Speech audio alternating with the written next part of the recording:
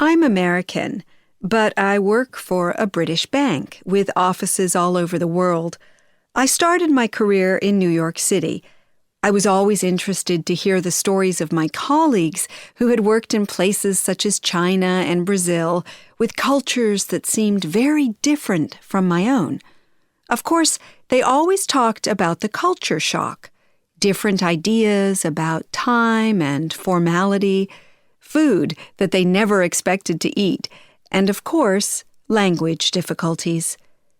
When I was transferred from New York to the London office, I thought, they speak English here, so culture shock won't be an issue. Now I know differently.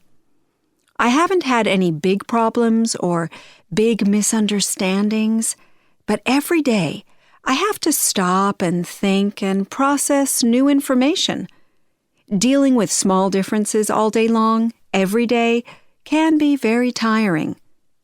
For example, of course the signs are in English, but it's almost always a different kind of English for me. In a park near my house, a sign says, "The pigeons are a nuisance and a health hazard. Please do not feed them." In the States, it would say, "Don't feed the birds," or "No feeding birds."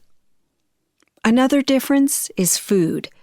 People always say the food in Britain is bad, but that's not true. Maybe it was true 30 years ago, but not now. But I do think some of the food names are funny or just hard to understand. We don't have digestive biscuits in America. And I still don't know what toad in the hole is. The food usually tastes good, but often it's just not the same as the food I have at home in the States. As for language, no one here has any trouble understanding me because they've all seen American movies, films.